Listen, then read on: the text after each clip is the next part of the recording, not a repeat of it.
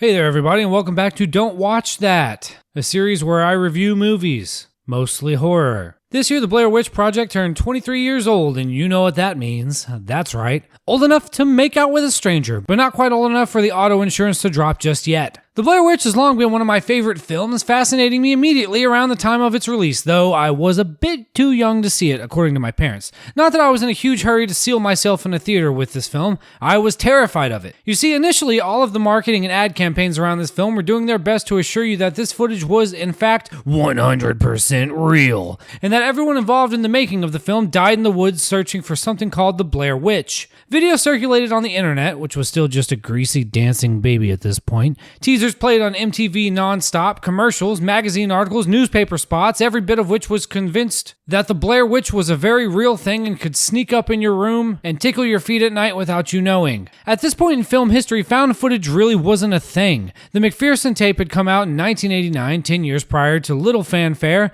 other than those dwelling in tape trading circles and super niche video stores, which sounds like what I may have been doing if I was a couple years older. The Last Broadcast, another found footage mockumentary which I have fallen asleep every single time I've tried to watch, had come out less than a year prior to Blair Witch, but didn't see a big theatrical release. So by and by, the game of I found these tapes and they are real and they are spooky was still in its infancy. So in many ways, Blair Witch was a revolution in film, and most people to this day still regard it as the big ol' hairy grandma of found footage, spawning a genre which in hindsight many regard as a series of stinkers with a few standouts. Being a young impressionable teen at the time of this release, though, I was completely enthralled with this idea for movies, and it persisted all the way to this very day. And now I'm going to try to pass that on to you, lucky viewer. So strap on your hiking bags, grab your 16mm camera, and let's set off into the woods to film some rocks. But beware, this video contains spoilers, so if you've been forgetting to check this film out for 2 decades, sorry. The film opens with a stark title card priming us for what we're about to watch. A film recovered from 3 missing college students who were shooting a documentary in the woods. Spooky! Next, we meet a young lady, Heather, being recorded in her home by what I assume must be her boyfriend. She lets us know that she's going to be leaving for the weekend to explore the Blair Witch. She shows us her book collection, including an old crusty tome containing information about Coffin Rock and the aptly named How to Stay Alive in the Woods. I wonder if we'll be needing that anytime soon. Seconds later, we're introduced to Heather's friend Josh, who reveals that he has secured the second camera, although maybe not in a legal sense, but hey, we got it, right? Another couple seconds later, not even wasting a breath, we're pulling up, skirt, to pick up Mike, the third member of the team who appears to be getting paid in exposure, but is very excited for the opportunity to be in an amateur college documentary. Sorry, bud, but you're getting scammed. Off to the Piggly Wiggly for some field provisions, including rice, granola, marshmallows, and powerbar, which was a big thing back in the day, kind of like a big chewy Tootsie Roll for adults with little nutritional value. Yum. Next, we're in and around town. First to a local diner to start our interviews, beginning with this young lady here who doesn't seem to really understand the assignment. What do you know about the Blair Witch? I don't know. I think my sister told me about her friend about it or something. Jeez. Heather is then seen talking about how she wants the documentary to be super duper serial, but not cheesy at all. This is kind of meta commentary on the actual film in a way. They just don't know it yet. Okay. Sorry, moving on. We're then treated to the first scene in the documentary with Heather standing on a hill in black and white, recounting a short history of Burkittsville, which used to be called Blair, and how the town had an unusual amount of child disappearances in the 40s, but no one seems to want to talk about why. History from around this time is told in whispers and seems like the town maybe threw out the whole damn name for some reason. I wonder what that could be. Back to town for more locals talking to the camera. There's this guy here who tells us the story of Rustin Parr, a local murderer who captured and killed 7 little tykes back in the day because an old woman told him to do it. What? An old woman? That's crazy. Apparently old Rusty would take them in pairs down to the basement and extinguish one while the other was made to face the corner. He couldn't take the eyes on him. Dark. There's this young man who doesn't seem to entirely buy into the idea, saying that the witch was mostly a way of convincing the kids to go to bed on time. Don't stay up wandering around or the Blair Witch will get you. Yeah, I've heard that one before. There's this woman and her toddler who expounds on the legend a bit, much to the displeasure of her child. She believes the legend has some truth to it based on what she's heard around here. She believes enough not to go out into the woods anyway. You can bet your sweet ass on that. Then there's Mary Brown, a local eccentric who tells the team that she has seen the Blair Witch once when she was young. She was out by the river and an old lady covered in hair like a horse wearing a shawl revealed herself to her. Mary is very much portrayed as a loon, telling them that she's also a ballerina, a scientist, and probably won an unsanctioned 100-man kumite back in the day.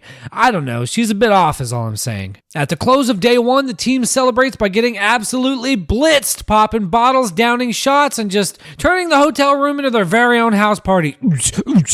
You know the deal. Next morning, we're back on the road, gabbing with two local fishermen. The guy on the left tells us about Rob and Weaver, an actual toddler who got lost in the woods for 3 days, appeared back like magic on our granny's doorstep, and wouldn't stop babbling about some lady whose feet never touched the ground. Uh-oh, this sounds like our witch, right? Right? I think we're onto something here.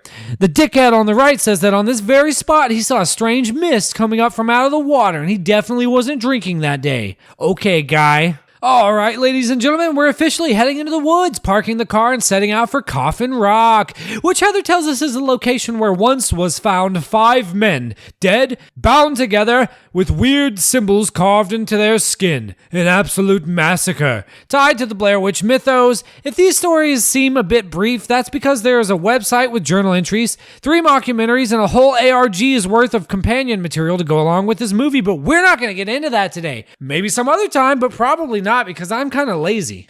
Camping time, motherfucking camping time. At the end of the first night, Josh wakes up to tell us he heard some strange noises happening around them. Heather doesn't really say much, but Mike says he didn't hear anything. In fact, he said if he'd heard noises, he'd probably have shitted in his panties. Alright, so I guess they've got what they need from the woods. Not 100% clear what that was, but now it's time to head back to the car. Walking by a stream, walking in the trees, the crunchy crunch of the leaves under our feet. What a beautiful thing. After a little while, the team seems to doubt that Heather, the map holder, knows exactly where they're going, as it seems to be taking longer and longer to get to their destination. Mike and Heather get into a row about the whole map thing, and Josh has to calm them down before they start going at it. Jesus, guys, it's been only 24 hours, barely. You gotta keep it cool. So what if you're a little lost? You're not gonna die out here or anything? The team takes an awful lot of time to cross a river using a fallen log. Don't want to get that camera wet. They come upon a clearing with some rocks, which are stacked in a peculiar pattern, which reminds Heather of something Mary Brown said earlier. But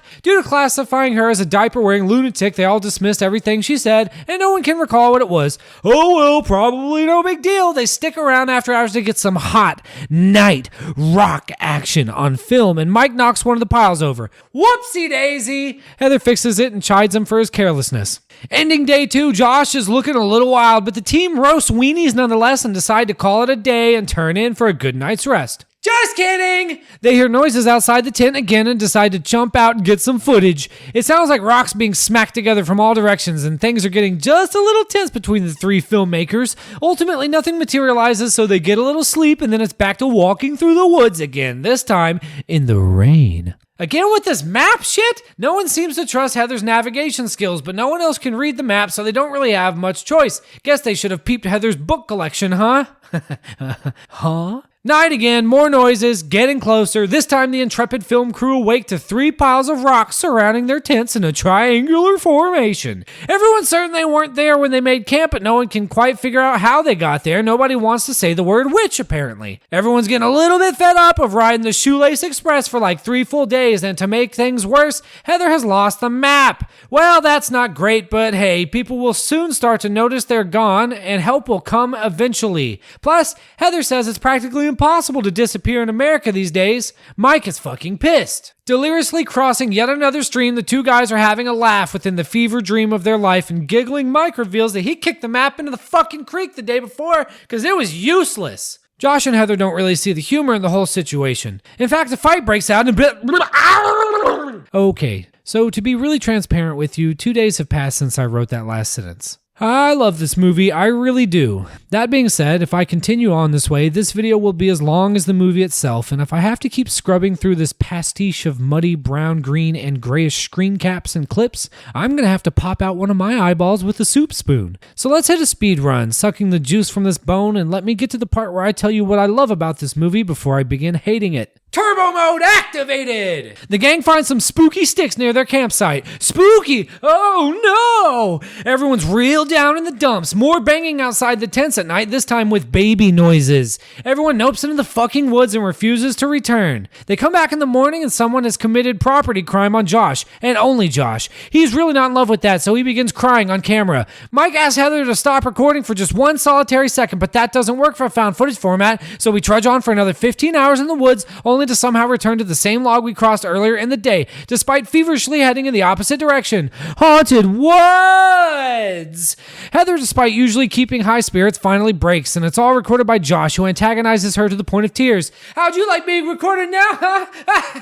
Your tears taste so sweet! The mystery squad then spends a strange night talking about cheeseburgers and sewing up their pants. In the morning, Josh has literally evaporated. Mike and Heather set out for another day of fruitlessly walking and looking and walking and looking and walking some more. Next day, there's a bundle of sticks outside the tent, tied together with scraps of Josh's cliche 90s flannel shirt. Mike's mind finally turns into a glob of silly putty, but it's okay because he found some more cigarettes. Yeehaw! Right on, Marlboro Man! Heather opens the bundle up to find a trial-size version of Josh, containing only limited features like teeth and, tongue? She doesn't tell Mike, who appears to be working through some issues of his own, exploring new nutritional options. Finally, we get this scene here. You know this one, right? Heather records an apology video saying sorry for the conditions on set and for the treatment of the staff during the production. The duo then hears screaming off in the dank depths of the woods, and it sounds like Josh. Now, Heather kind of knows better than this due to the whole Josh's mouth being partially removed thing, but Mike charges off to help, and the film now invents the decrepit cabin in the woods trope.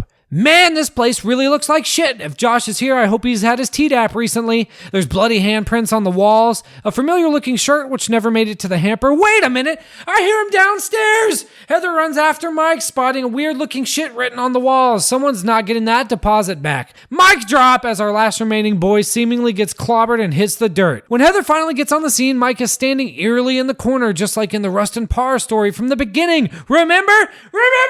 Then Heather slips on a banana peel and goes down. The film and the camera finally gives up on trying to capture this whole mess, and the movie ends. Okay, let's talk about this for just a moment. There's a lot of shots of walking around in the woods. Yes, it does start to feel a little stale after a bit, but the character interactions in between are so genuine that it really carries the movie. All the reactions and emotions seem 100% legit, and that is for good reason. In order to film this movie, the directors just sent these three nobodies into the woods with cameras and terrorized them for like 3 days straight. Really, all that knocking in the night and rocks appearing while they slept, that was pretty much just as startling to the actors as it was for us viewers. They had limited food and water and sleep, and what is depicted on the screen is definitely a result of that. They took a page from Kubrick's book in a way. Does it ever show the witch? No, in fact, there never was a witch, not as far as the production was concerned. They kind of just dressed a guy in some white clothes and had him run around in the background at night sometimes. This film really relies on the horror that you can't see, like the shark fin in Jaws. The movie counts on your imagination to fill in the gaps, and that is a turnoff to some people, and could probably never be pulled off in today's hypercritical, ADHD, self-serve, instant gratification environment.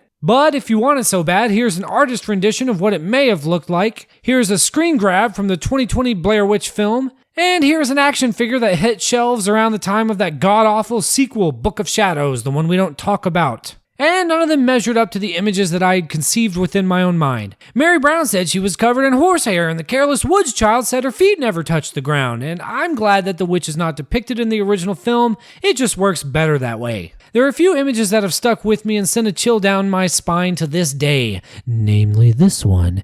An intimate moment with a young woman who fears for her life, is fully emotionally drained, not a drop left in the tank, and is tearfully accepting the fact that she may have made decisions that ended not only her life, but the life of her two accomplices and forever darkened the lives of their families as well. In this scene right here, Mike, a man on the brink of sanity, he has been pushed to the very limits of what his mind was able to handle and came back laughing like a madman, destroying people and resources around him in acts of total nihilism. And of course this one here, Mike standing in the corner, solitary and motionless, under the influence of something powerful that we cannot see but is very likely in the room with us. Once you connect the dots that this was the way that Rustin Parr disposed dispose of his victims, a terrible realization comes upon you. This one is especially powerful to me. So is this movie for everyone? No, not really, but I would say if you've got 80 minutes to kill, go ahead and give it a go. It was very influential in shaping the found footage genre and is a real gem in my collection. I still put it on every once in a while on a chilly Sunday evening,